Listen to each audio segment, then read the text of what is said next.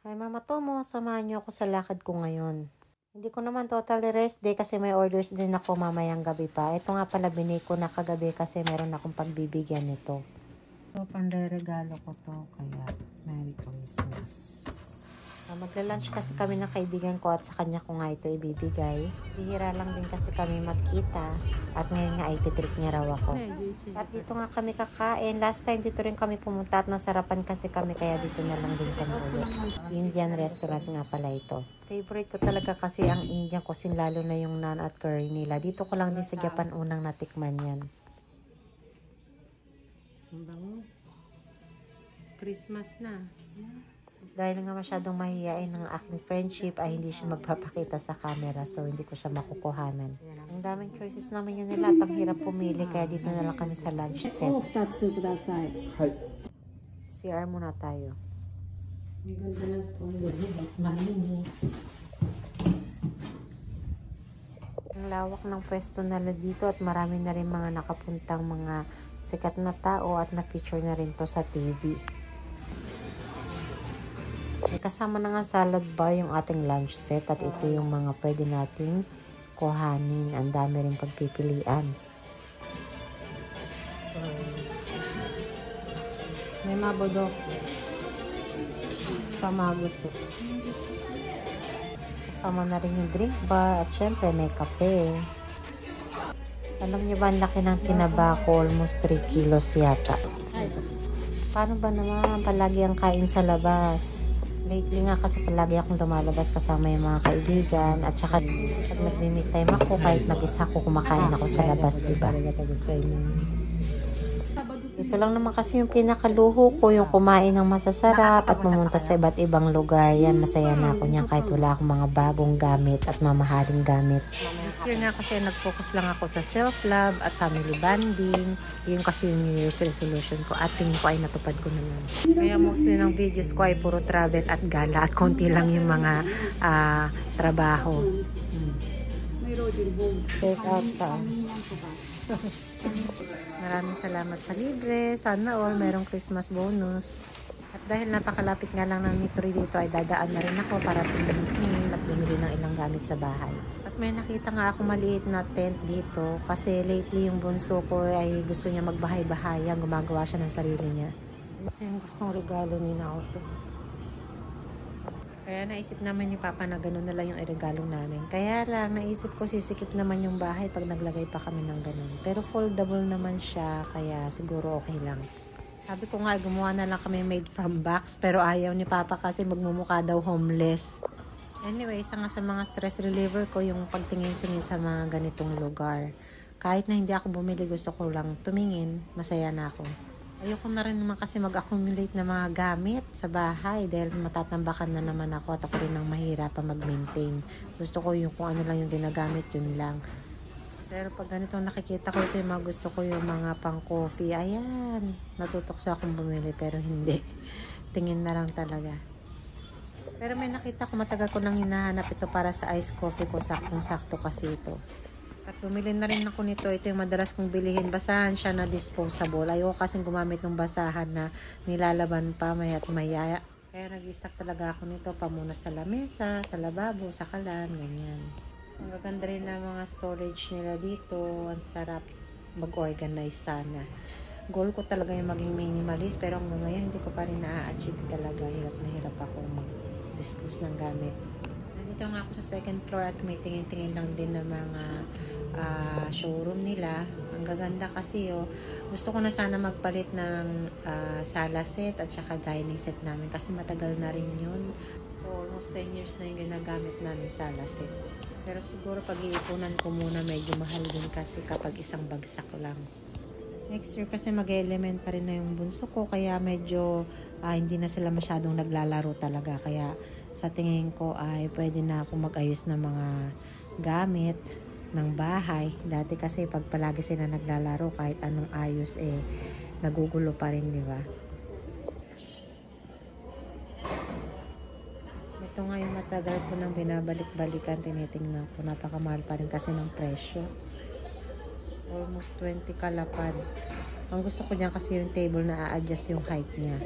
Pwede siyang center table, tapos pwede rin namang dining table kapag kakain na, saka lang natin i-adjust yung height. Ito yung gusto ko, parang cafe style siya.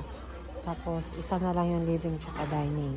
So ito na yung pinakasala, ito na rin yung pinaka-dining para lumuwag yung bahay. Ang hirap talaga maging hampas lupa. Kailangan mo pang pag-isipang mabuti bago ako bumili ng mamahaling bagay. At ito nga lang yung nabili ko.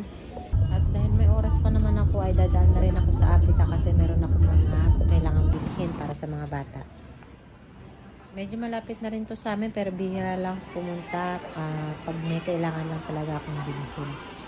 Nakita ko na naman tong store na to. Dito ako bumibili ng halaman dati nung ako ay plantita pa. Pero give up ko na yun. Ang dami ng sale ngayon. Pre-Christmas sale sila. Pero hindi tayo magpapabudol dyan. Lalo na yung mga branded bags na yan. Ako wala akong kahilig-hilig talaga. Ewan ko ba? Nakakapanghinayang bumili at saka depende naman kasi sa lifestyle ko. Hindi ko kailangan yung mga ganyan. Aanhin ko naman yan, diba? Hindi naman ako pumupunta sa mga parties. Hindi naman ako nakikipagsosyalan. So, hindi ko kailangan yung mamahaling bag. Yung iba bumibili yan para i-display lang sa bahay nila. Hindi ko talaga magets yung ganoon. Yung kabataan ko, ayan, mahilig-hilig pa ako sa mga fashion at kung ano-ano. Kung ano-anong mga walang kwentang bagay ang binibili ko. Pero simula nung tumatanda na ako, ay nangihinayang na talaga ako sa dami ng gamit. Mga gamit na binibili tapos hindi naman nagagamit, nakatambak lang. Pampasikip sa bahay. Dati kasi ang stress reliever ko ay ang pagsha-shopping. Pero nagbabago rin pala. Ito nga pala yung sanadya ko dito. Bibili ako ng uniform ng anak kong si Kento kasi nabutas yung kanyang shorts. So dito kami bumibili ng mga uniform. Nakakapanghinayang nga, ang mahal. Pero magagamit pa naman ng bunso ko yan kasi same school din naman sila. Kaya okay lang. Hiningin na nga rin ako ng Randosero para sa bunso ko kasi grade 1 na siya next year. Tingnan niyo yung presyo, napakamahal. Pero ito 50% off na to. 15,000 yan na lang. Dito ko rin nabili yung Randosero nung kuya namin si Kento. At 7,000 yen ko lang siya nabili. Napakamura. Kasi last piece na siya eh. Nakachamba ako. At maayos pa siya hanggang ngayon kahit grade 4 na siya. Ito kasing Randosero kaya mahal to, ginagamit nila yan hanggang sa grade 6, hindi sila nagpapalit. Dahil napakatibay naman talaga niya.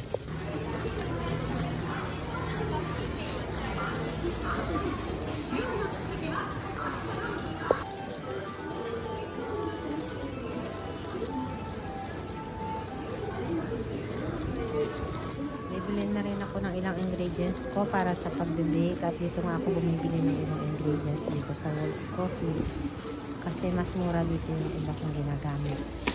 Kompleto sila dito, lahat ng kailangan nyo sa pagbibake at sa paggawa ng kape meron sila. So dito rin ako bumibili ng mga coffee beans tapos yung mga ibang gamit sa pagbibake.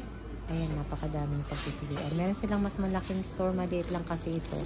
Meron silang mas malaking store na medyo malayo na konti sa amin. Nung bago pa lang ako nagbe-bake dito talaga ako bumibili lahat. Pero habang tumatagal, nadidiscover ko yung mga murang bilihan. So, yun, paiba-iba ako ng binibilhan. Dito, cake flour at powder sugar ang mura. Kaya dito ako bumibili. Pati yung mga candles na ginagamit ko sa mga birthday cakes. At may mga packaging rin sila dito na tinitinda. At mga coffee beans nila na ginagamit sa mga cafe. After nga sa Apita, dito naman ako sa Amica. Bibili rin ako ng ilang ingredients para sa order ko para bukas. At ilang stocks na rin na kakailanganin ko sa mga susunod na araw. Alam niyo ba, sobrang mahal na talaga ng mga ingredients. Sa totoo lang, ang laki ng tinaas nila. Itong asukal dati nasa 170 yen lang yan. Ngayon almost 250 na. Bilang negosyante, kailangan ko rin magtaas ng presyo kasi hindi naman pwedeng hindi tayo mag-adjust kasi malulugi tayo para saan pa tayo at nagnegosyo, diba? Kaya sana maintindihan rin ng mga customers. Last stop, 3 PM na at kailangan ko na magmadali kasi darating na yung bunso ko ng 3:30. Bilhin din ako para sa ingredients ko na wala dun sa kabila, kaya dito tayo sa supermarket. At titingin na rin ako ng pang-stock namin sa bahay. At naka-timing nga ako ng ilang sale.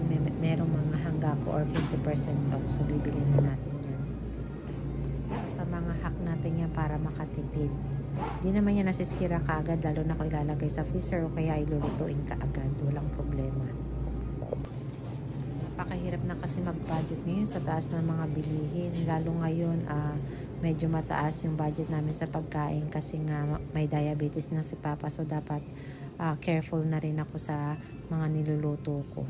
At more on ulam siya kesa sa kanin. Kaya halos na doble ko yung budget namin for a week. Tumitingin nga pala ako ng panlagay sa cake toppers ko, mga chocolates. At ito na nga lahat yung nabili ko. Grabe, time check. 3:21 na. 3:30 yung dating ng bus ng anak ko. Kailangan ko na magmadali. Bumalik pa kasi ako sa aming kamay. Nakalimutan ako. Hiningal ako. Tumakbo ako eh. Kyrie! Magkasunod lang kami pagdating ko. Sakto dumating na rin yung bus niya. Ayun. Tapos magtutupi pa ako. Wala akong nagawa ngayon at magsasampay rin ako. Ano ba yan? At may pasalubong din ako sa kanila. Yung bigay ni Tita na cheese naan. At saka bacon and cheese naan. Thank you po, Tita. Yan. Eat ka muna.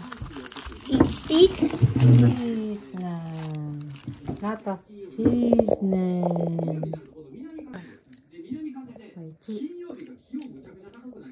So, yun lang for today, Mama Tomo. Salamat sa pagsama sa akin. Gagawa na ako ng order para mamayang gabi kasi yung order. So, magluluto na ako. Yun lang. Bye-bye!